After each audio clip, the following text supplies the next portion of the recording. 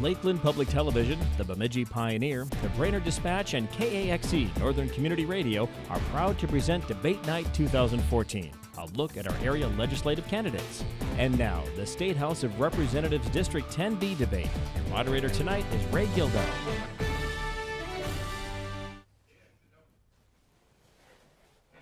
Good evening, everyone, and welcome to Debate 2014.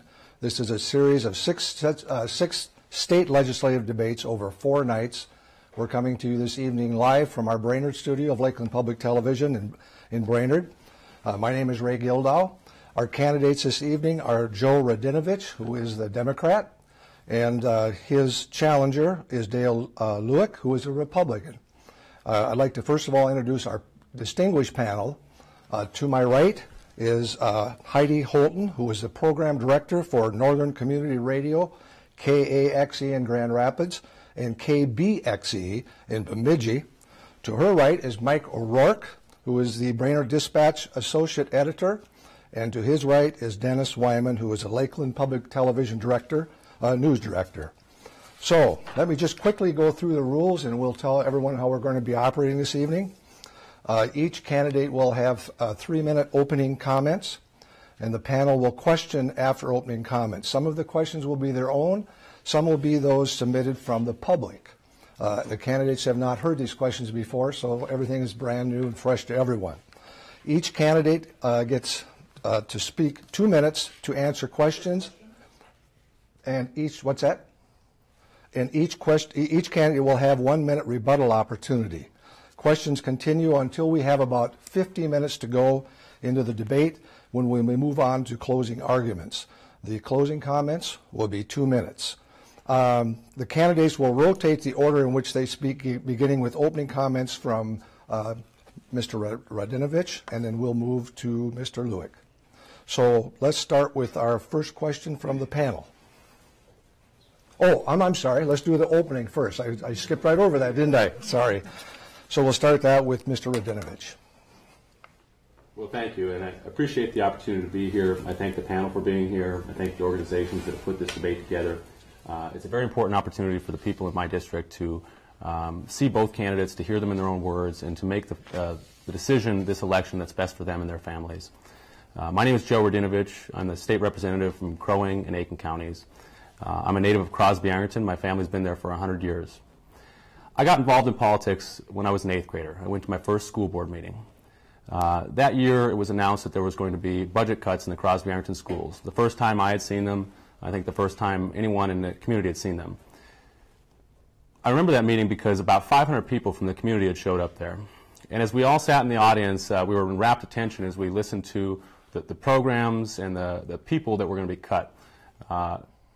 When you live in a small town, it's not just about the classroom opportunities that will be lost, but also the fact that those teachers are your neighbors, that their kids might be your classmates, and that as a community you feel like you're really losing something. The most disappointing thing about that meeting was that almost every year for 10 years it happened again. And through the course of that, Crosby Ironton cut half of its shop classes, all of the gifted and enriched classes for the elementary and junior high students, choir and band programs. At one point in time, the art teacher was pushing a cart around the elementary school instead of bringing students to a classroom. In a district where 60% of the students live on free reduced lunch, and across the district that number is actually higher in other districts, it's fundamentally unfair that they should have opportunities that would prepare them for the economy taken from them. In the last 10 years, prior to this legislative session, the gap between the richest and poorest schools in the state of Minnesota grew by 2/3. I made it my mission when I was elected to go down there and to fight for our schools, fight for our students, fight for our communities. And I'm proud to say that in just 2 years, we've eliminated the 10 years of growth to where it had been before. I anticipate that my opponent might make his opening comments about experience, and so I want to tell you what my experience is. In 2012, I was elected with 43 other freshman representatives. After 8 budget deficits in 10 years, after cuts to our schools, after shifting money away from our schools, after deep cuts to services for seniors and the disabled, Minnesotans wanted to head in a new direction. I'm proud to say that the work that we did in St. Paul put the state on a different path. 93% of the legislation that we passed had the support of both parties. I'm proud of the work that we've done. I look forward to taking questions from the panel, and I appreciate the opportunity to be here tonight. Thank you. Thank you. Mr. Lueck. Well, hi, folks. I really want to thank the viewers for tuning in tonight. I also want to thank Lakeland TV, our panel, and Representative Radinovich for this opportunity to speak with the citizens of 10B. My name is Dale Lueck. I'm the Republican candidate for the House District here. I'm 65 years old. My wife Linda and I have been married 45 years. We've 2 grown children and 4 grandchildren. We currently live between Aiken and Glen, Minnesota, on a 340-acre farm. We raise beef cattle there. I graduated from Aiken High School in 1967. Came of age during the Vietnam War. Enlisted in the United States Navy as a fireman recruit.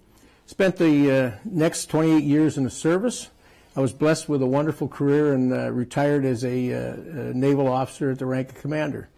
My educational background includes a Bachelor of Science in Occupational Health and Safety and also a Business Administration degree.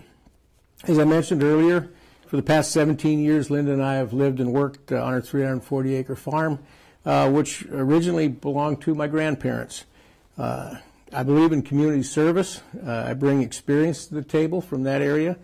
I've had the pleasure and honor of serving as an Aiken County Commissioner for 2 terms. Have served as a member of our County Housing Authority Board, Northeast Solid Waste Advisory Group, Mille Lacs Lake Watershed Committee, and I'm currently serving as the chair of our Aiken County Planning Commission. That's government background, community background. I've also been involved in the Aiken-Carlton County Farm Bureau and was honored to be elected president there, and served as Secretary-Treasurer for Minnesota State Cattlemen Association. And active in my church, I served on our church council and had one of the tough jobs, was a member of our stewardship committee. I'm a combat veteran, member of the Aiken Legion Post and VFW Post, and a life member of the NRA. I'm running for office today because I believe we need experience, leadership in St. Paul that will focus on what we need here in rural Minnesota. And my approach is twofold. First, I'll represent the citizens of Aiken and Crow Wing County. That requires the ability to view issues in terms of how they will impact us here in rural Minnesota. We've had enough of the political party first approach. Second, I'll do my homework. We've got a wealth of experience and not be afraid to collaborate and get advice from the folks right here that know how things go. So I look forward to this evening and welcome the questions. Thank you. Thank you. Just to review again now, that concludes our opening comments, and so we'll go into the questioning period, and each candidate will have 2 minutes to answer the question, and then each candidate will have 1 minute rebuttal opportunity. And we'll start the first question directed to Mr. Lueck. And Ms. Holton, if you wouldn't mind starting with, let's have the first question from you. Sounds great. I'd like to start with the economy. What are your hopes for your district and the economy? What do you think is working? What do you think isn't working? And what do you hope for the people and the businesses that are there? Well, thank you for the question. It's really important here in rural Minnesota. We have not enjoyed quite the robust economic recovery that we've seen in the metro area. That's a huge issue. We're a small business community. We've got a few large employers, but small business is really what makes the economy go up here. I would hope that we can encourage and create the climate that will allow our entrepreneurs to continue to create those businesses, create those jobs, and most of all, we've got great teachers here. But we turn out wonderful students, and then they end up going to the metro area or someplace else for the good jobs. And we've got to change that dynamic. We need to be able to keep those kids here if they want to stay here.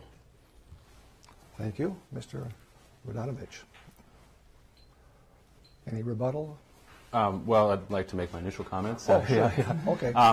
I totally agree with Dale on this issue in particular.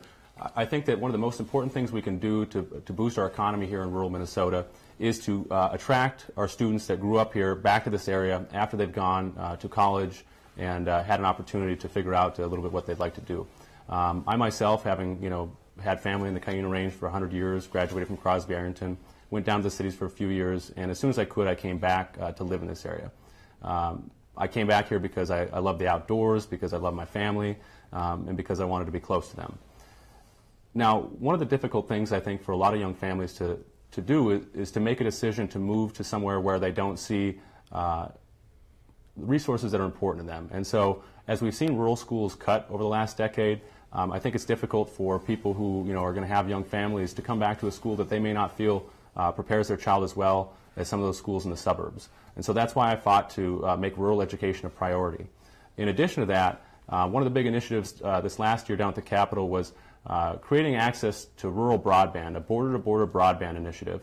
I've been door knocking down in Fort Ripley Township or in parts of Aiken County where they don't have access to high-speed internet. And as a young person who works from home on my computer a lot, it's important to have access to those types of economic infrastructure that'll create jobs in the future. So I don't think that we can expect to prosper if we eat our seed corn. That seems to be common sense.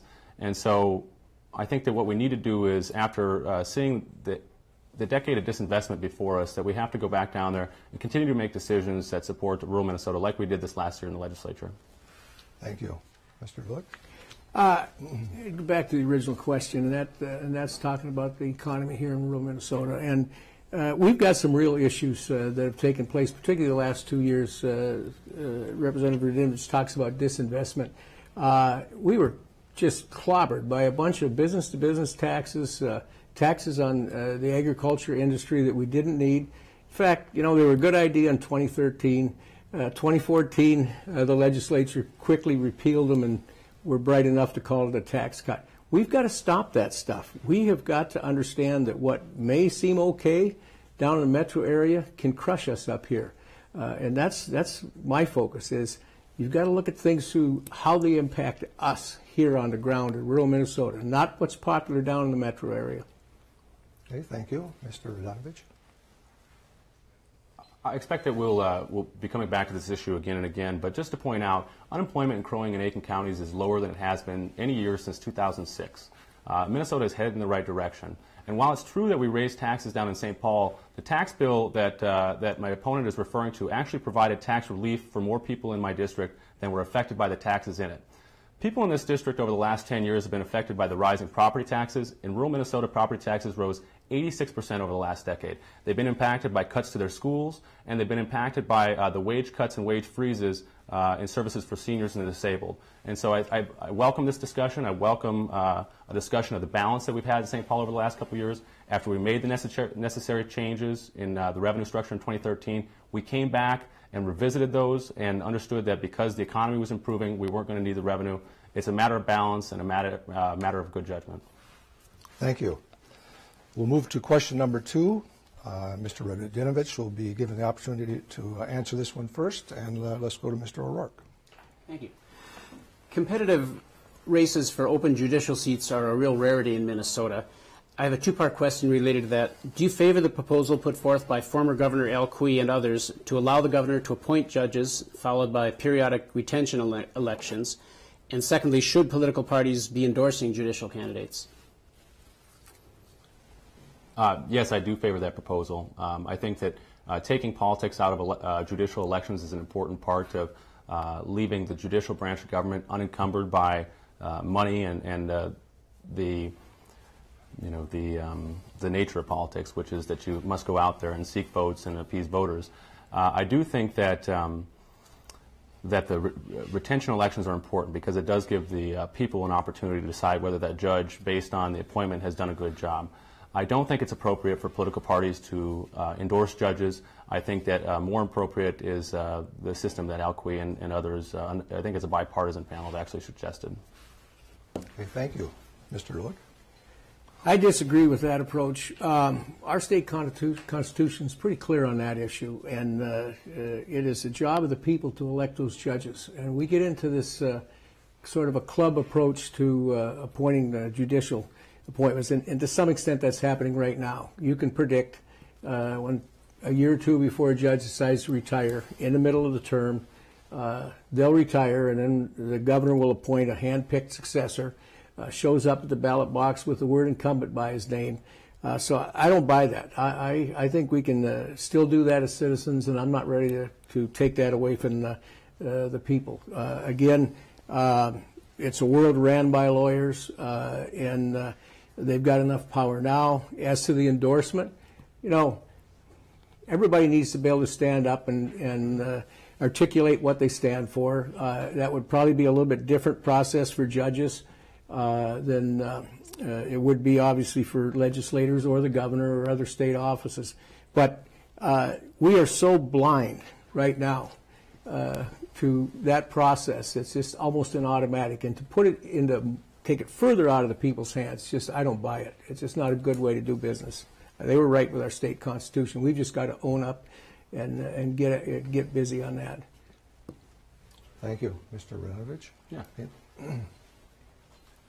Well, I think that issues of the state constitution, and my opponent is right, this is a matter of the state constitution, are better served to be discussing issues like this. During the previous election, 2 ballot questions were put up that really had very little to do with the innate workings of government. I think the question of what's the best and most impartial way to put judges who don't have an agenda in front of the defendants and the plaintiffs in court is an important part of our government function.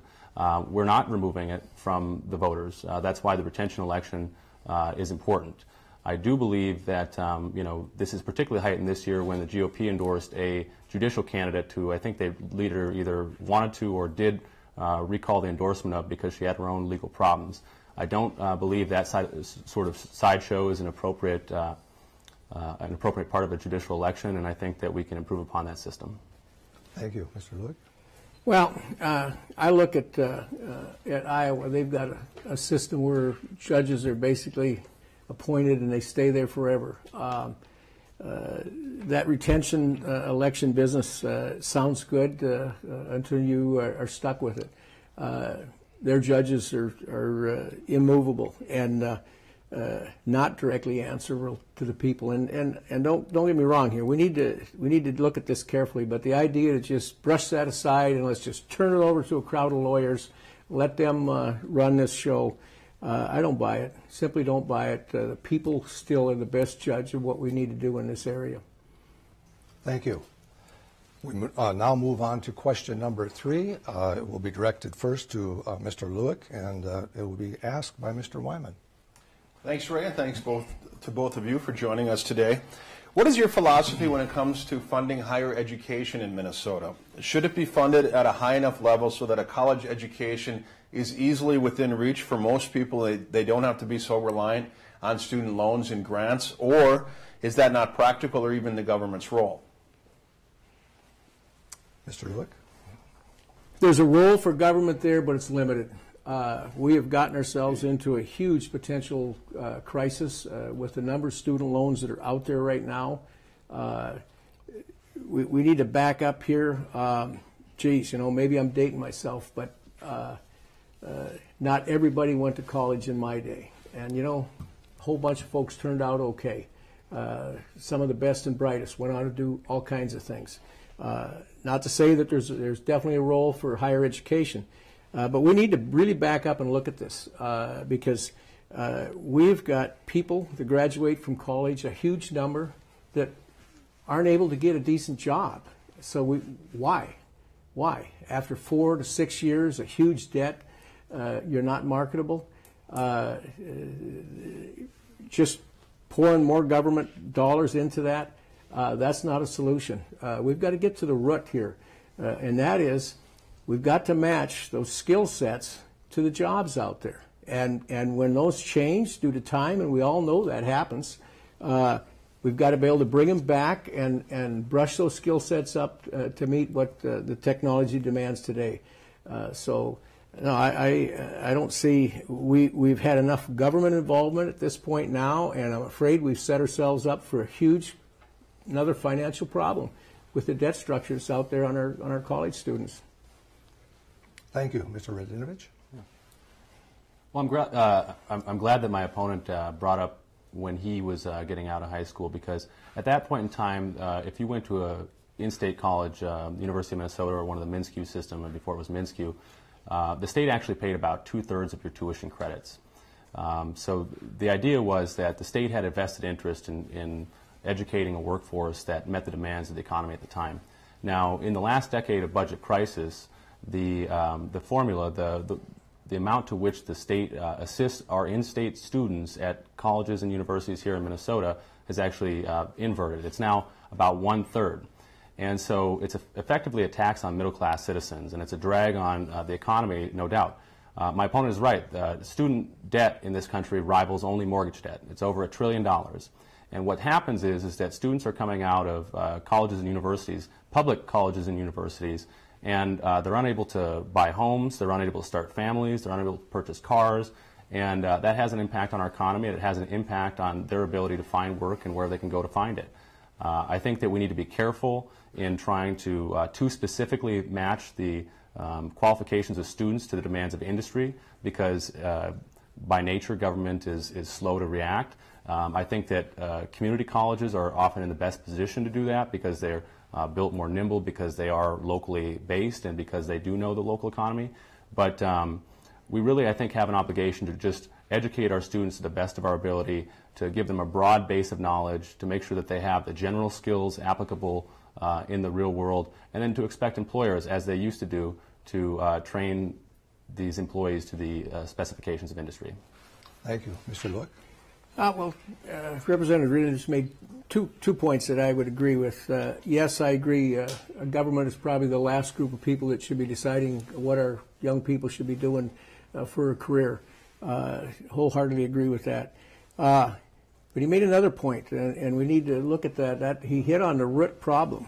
You know, back in my decade, decades ago, when I got out of high school, there was a pretty fair match between the jobs available and the needs of our society and the product that was coming out of our higher education centers. And that mismatch is clearly not there. It's obvious it's not there. So that's the root of the problem we have to deal with. Throwing more student loans out there until we understand what's going on there would just be a waste and probably make matters worse. Thank you. Mr. Radinovich?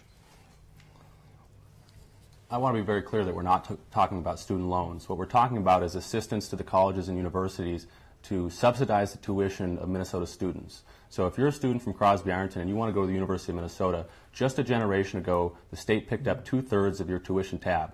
Right now, they pick up closer to 1/3, maybe just over that, because during the last 2 years, we insisted on a tuition freeze at in-state colleges and universities. Now, the idea is that we need to extend this freeze for a couple more years to bend that cost curve back down. It should be affordable for middle-class students to be able to go to college, to educate themselves, to improve their situation, and to join the economy in a functional way. It's very important that we continue that progress. Now, in this last decade, because we refused to align the revenue with the expenses that we had, we neglected to keep up with our obligation to educate our students. And it's been a tax on middle-class families. It's not a cut at the government level. It's a tax on middle-class families when they have to make up that difference. Thank you.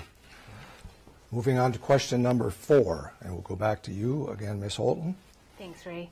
My next question is about pipeline, the proposed pipeline. Enbridge wants to build a new pipeline through 6 counties in northern Minnesota. What are your thoughts on this, and how would you handle the differing opinions and beliefs of your constituents? Mr. Radinovich. Absolutely. I've been watching the debates this week, and so I knew this question would come up. And this is an issue that's very important because my opponent has consistently and deliberately misrepresented my position on this issue.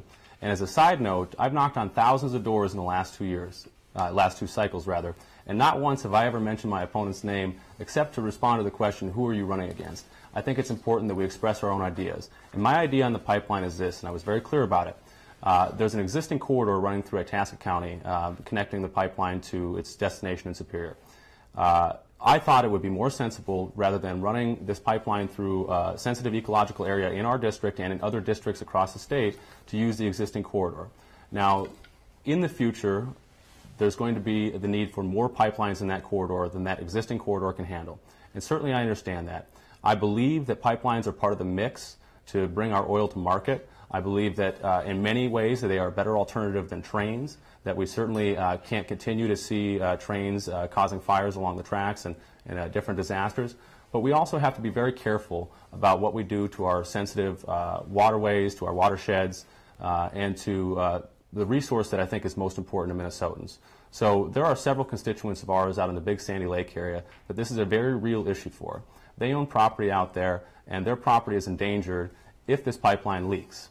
And so I think that rather than rush to be beholden to the oil companies and to just do what they insist upon doing, that we need to take an approach where we measure twice and cut once. We can't afford to have a disaster out there. And so if it takes a little bit longer to get the pipeline in exactly the right place where it's safest and best to bring oil to market, then that's what we should do. Thank you. Mr. Lueck? Well, yeah, I welcome that question. Really welcome that question. And I would just call your attention to something that Representative Radinovich wrote on April 4th of this year. I write to respect the request that the Public Utilities Commission strongly consider not granting approval of Enbridge's proposed Sandpiper Southern route. I just repeated what he wrote to the Public Utilities Commission back in April. Sorry, that's your words off your piece of paper that you signed. Here's the thing. We have got to learn how to do our homework on big policy issues like this. First of all, there's a reason why they need to run that pipeline someplace other than the corridor north of us. That is full. There's 6 pipelines there. The first one went in 50 years ago. What happens when we build an airport? People slowly move in around it.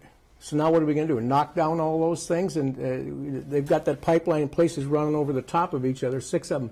There's no room up there. That's one. And all you had to do is do a little bit of research to find that out. 2, if you go to Little Falls or St. Cloud, you see oil trains moving every 10 minutes. That's a public safety issue.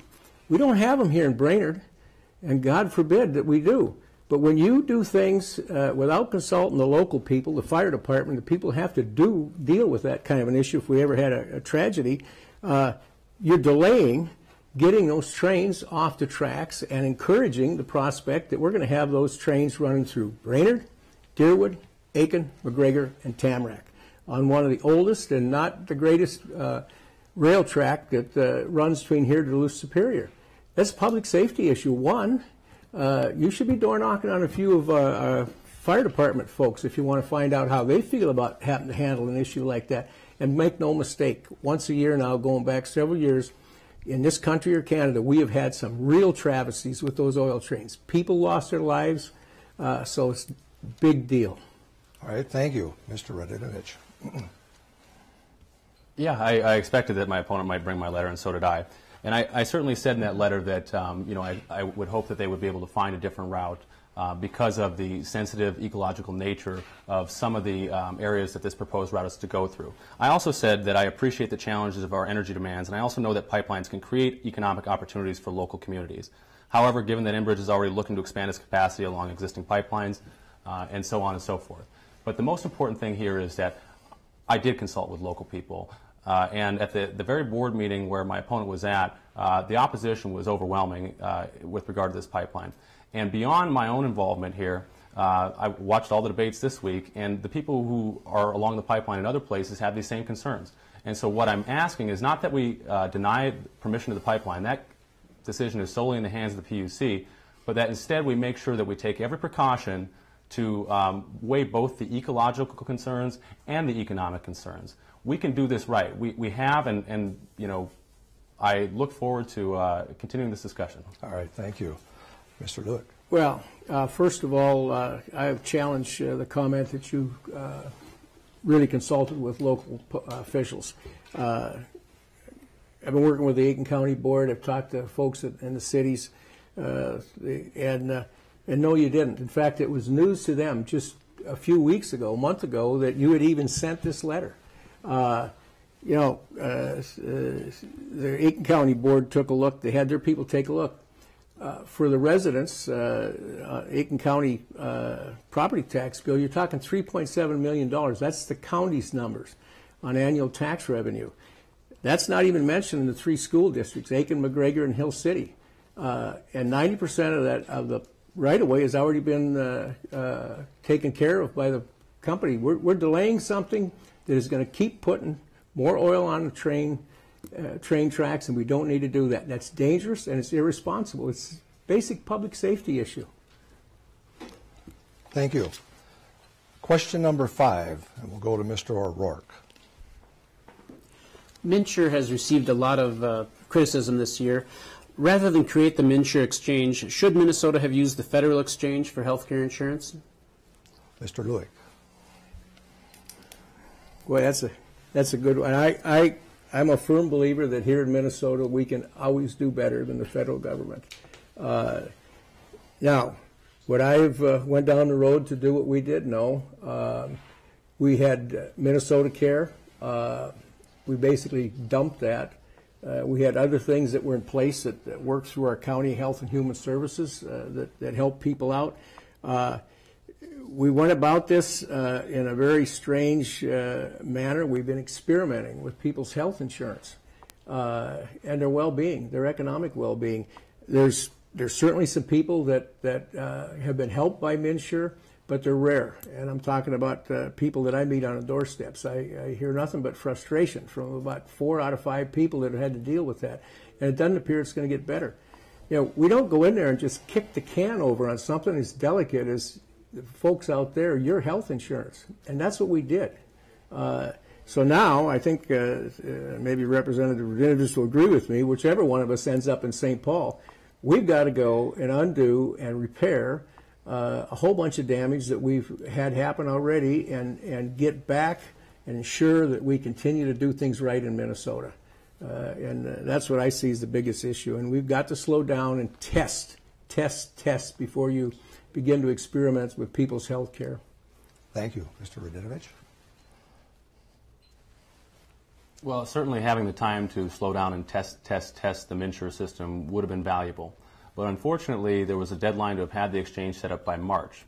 Now, what would have been beneficial is if we started working on this a couple years ago. The Affordable Care Act was passed in late 2009, early 2010. And at this very debate 2 years ago, my opponent sort of speculated as to what might happen to that law at the federal level.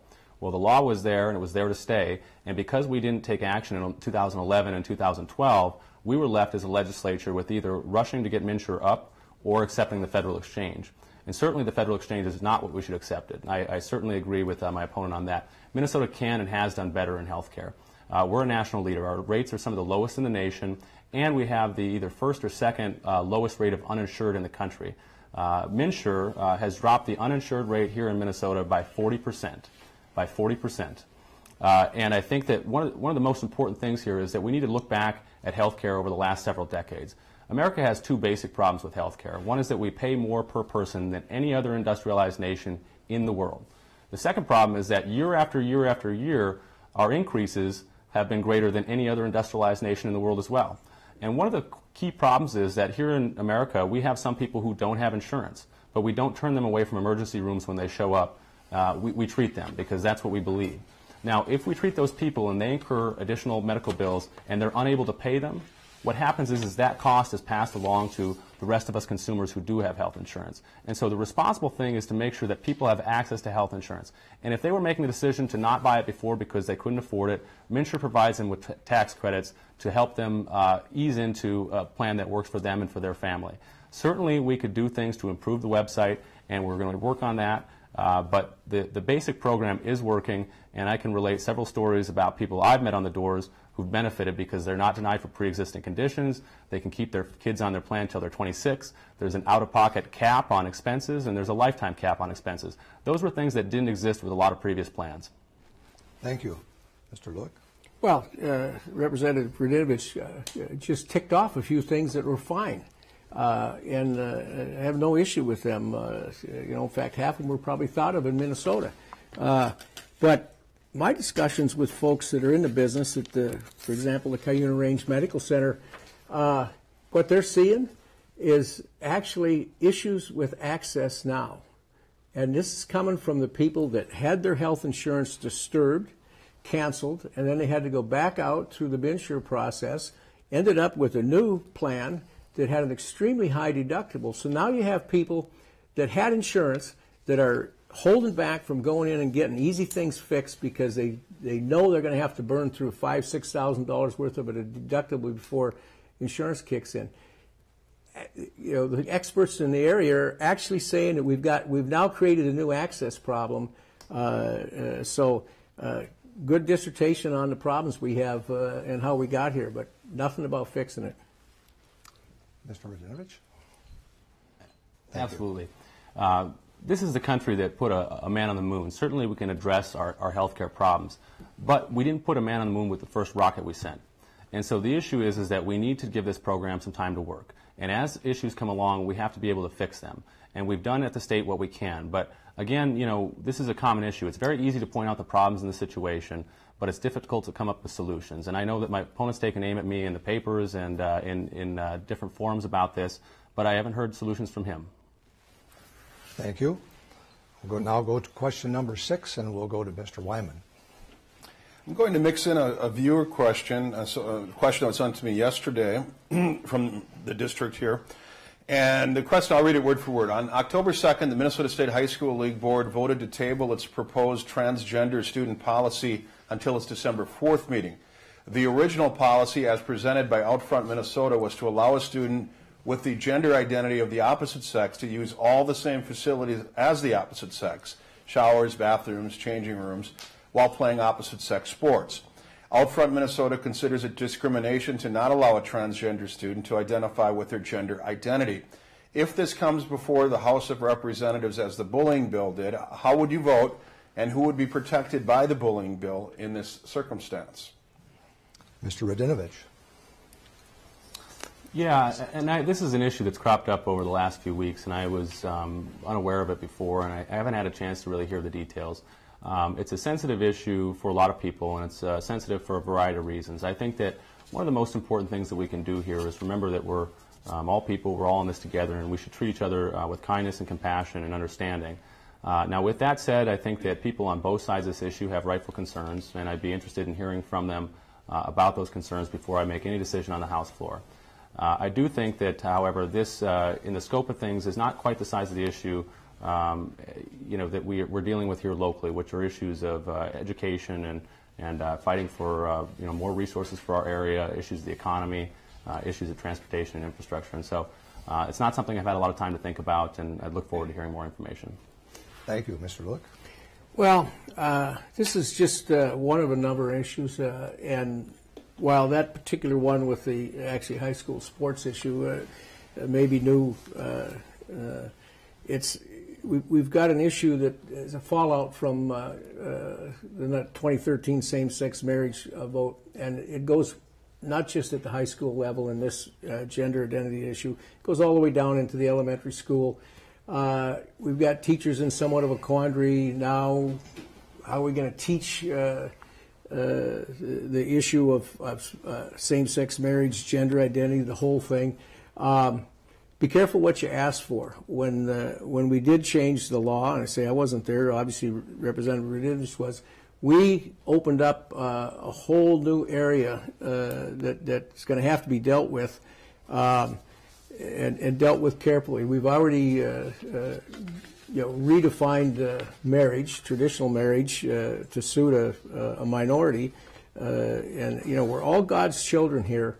But we've got to back up here a little and certainly respect those that are in the minority, but still to force a minority view onto everyone, we've got to back up here and deal with this in a sensible manner. But again, it's a fallout of what happens when you've got one group of people with a pretty set agenda, very liberal agenda, can make decisions and no input, won't take any input. They're going to do it anyway, and so here we are. So it's going to be a problem to deal with over the next 2 years.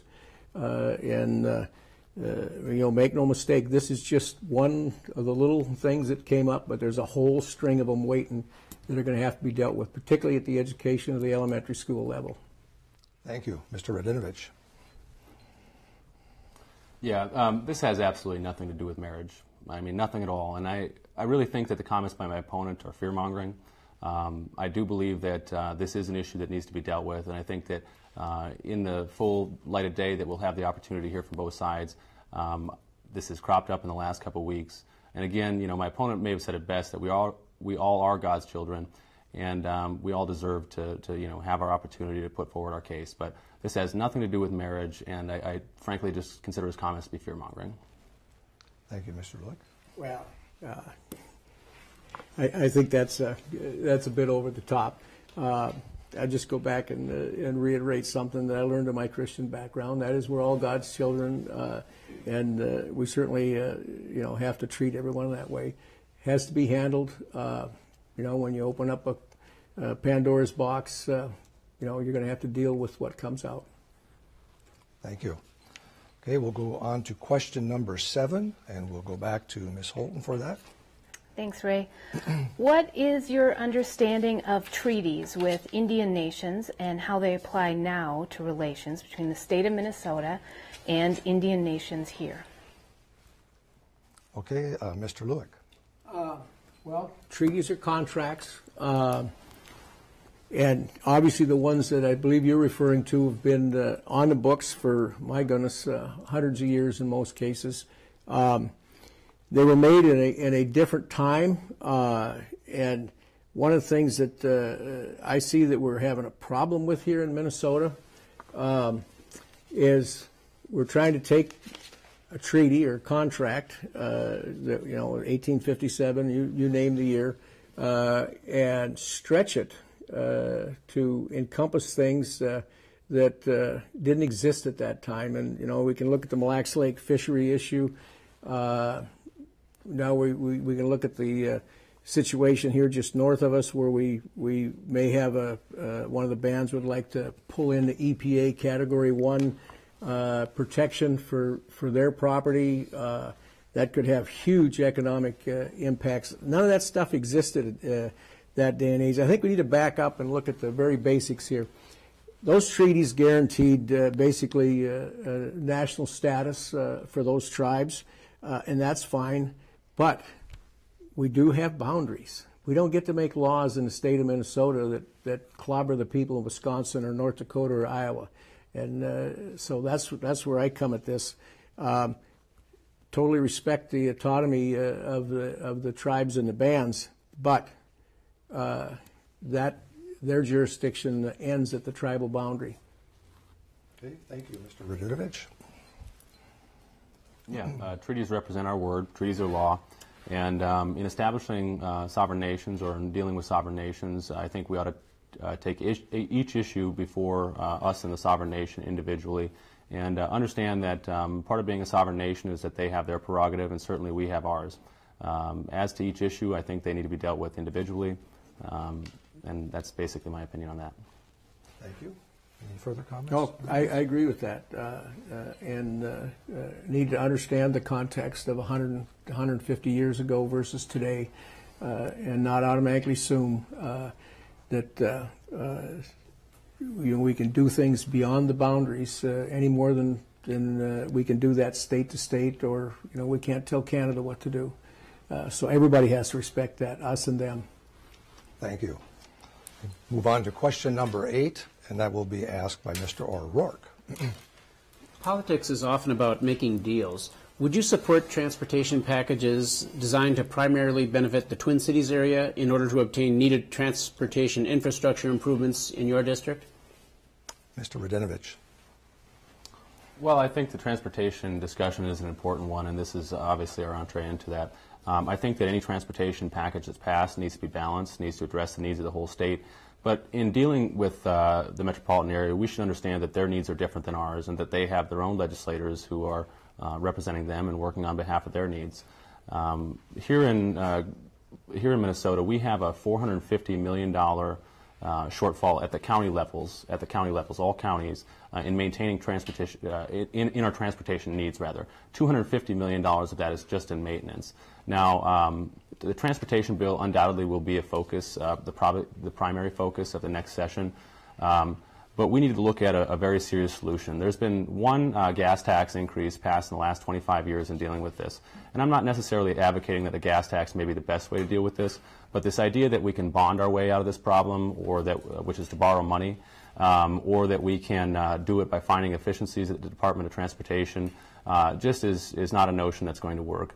The department targets about 15% efficiencies, and we have to recognize that during the last 10 years in these budget crises and in the transportation funding crises, there's been a lot of downward pressure on the budget, and that's important. We do need to find efficiencies, but a lot of those efficiencies have been found. In 2007 or 8, we had a bridge fall into the water here in Minnesota. So we know the need is real, and I think what we need to understand also is that, you know, for a company doing business here in Aiken County or in Crow Wing County, when the roads are congested in the metropolitan area, that's an important commercial issue. If our trucks aren't moving through, you know, Minneapolis, St. Paul at a rate that's fast enough, we're losing money while that happens. And so we need to look at the state as one, and we need to make sure that the transportation needs of both, you know, areas of the state, or all areas of the state, rather, are addressed. Thank you. Mr. Lueck? Yes, a subject close to my heart. You know, on the county board, served 2 terms, we dealt with that continually. A good friend of mine, Paul Bailey, a fellow commissioner. In fact, I think Representative Radinovich knows him quite well. And we're probably at slightly different ends of the political spectrum, but we sat down, worked together, and we actually agreed to raise local property taxes. But you know what? That was because we failed. We were failing at the St. Paul level to do a simple thing, and that's establish a priority. You have to have a set of priorities. Then you move the dollars. You don't have to go out and create new dollars. You move the dollars to the priority. And that's what needs to happen for transportation here. I appreciate the comment about bonding. Way back when, the bonding process, one of the major reasons it was even created was to deal with transportation. Now we spend more on office buildings 6 times than we do on roads and bridges in the bonding bill. You know, so we've got to change the priorities. This isn't about new money or adding a gas tax or a wholesale tax.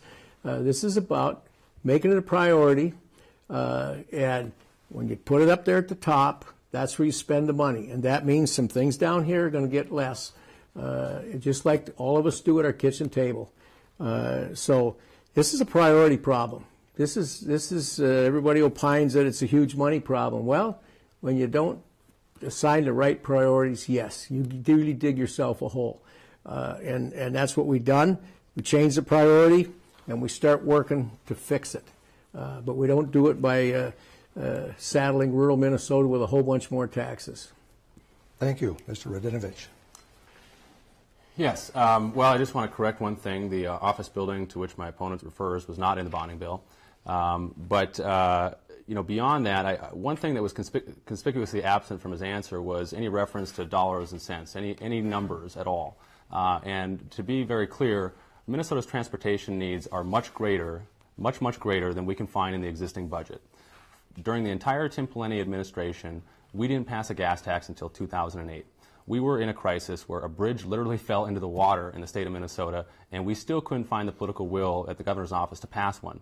Members of his own party had to override his veto in order to provide a small gas tax increase, which many people refer to basically as about a third of the loaf that we actually need to address the transportation needs here in the state of Minnesota. Transportation is a key driver of commerce, of industry, and it promotes growth along its corridors when it's done correctly. Mr. Lueck? You first have to assign the priority. Then you move the money. Absence of dollar figures. You know, we got to look forward. Give you an example of something that I would like to see us do. We collect a sales tax on every tire that's sold in the state of Minnesota, whether it's on your car, my tractors, every place. That money can be shifted out of the general fund directly to the transportation fund. And that's where it would need to be spent. There are a lot of things we can do. You know, I agree. Both parties allowed this thing to get out of hand. We assign a priority, and we pick up the shovel, and shovel by shovel we move this pile. But first you have to have the will to do that, and that's what's lacking right now. Thank you. We're going to move on to closing comments. You gentlemen have done a fabulous job of staying on track and on time. Appreciate that very much. We'll start out with Mr. Lueck.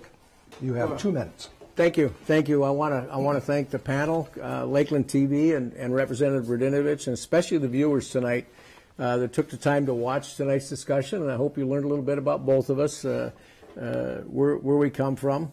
I think the voters have a clear choice in November between two quite different approaches. I take a very measured approach to governing. I've been involved in it, had to make decisions daily as a county commissioner, planning commission, those types of things. And I lived right next door to all the people that I impacted when I made those decisions. So we've got to stop the experimentation with people's welfare. 2 years is a long time, and you should be able to get things right with that much of a head start. And that applies to Minsure and a number of other things. But I want to get back to this pipeline thing. That's a big deal. It is a big deal. Those railroad tracks run right by our high school in Aiken. They run right by our city hall, right by our fire halls. Same thing in McGregor, right by our schools. It's really simple, and I've had experience with this in the Navy. I slept over the top of oil on naval vessels. Oil belongs in pipelines.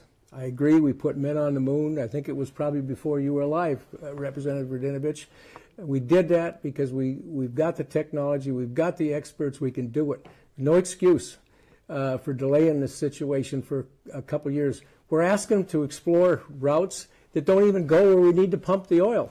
So let's get off that. Let's get on with it. This is America. We can build things.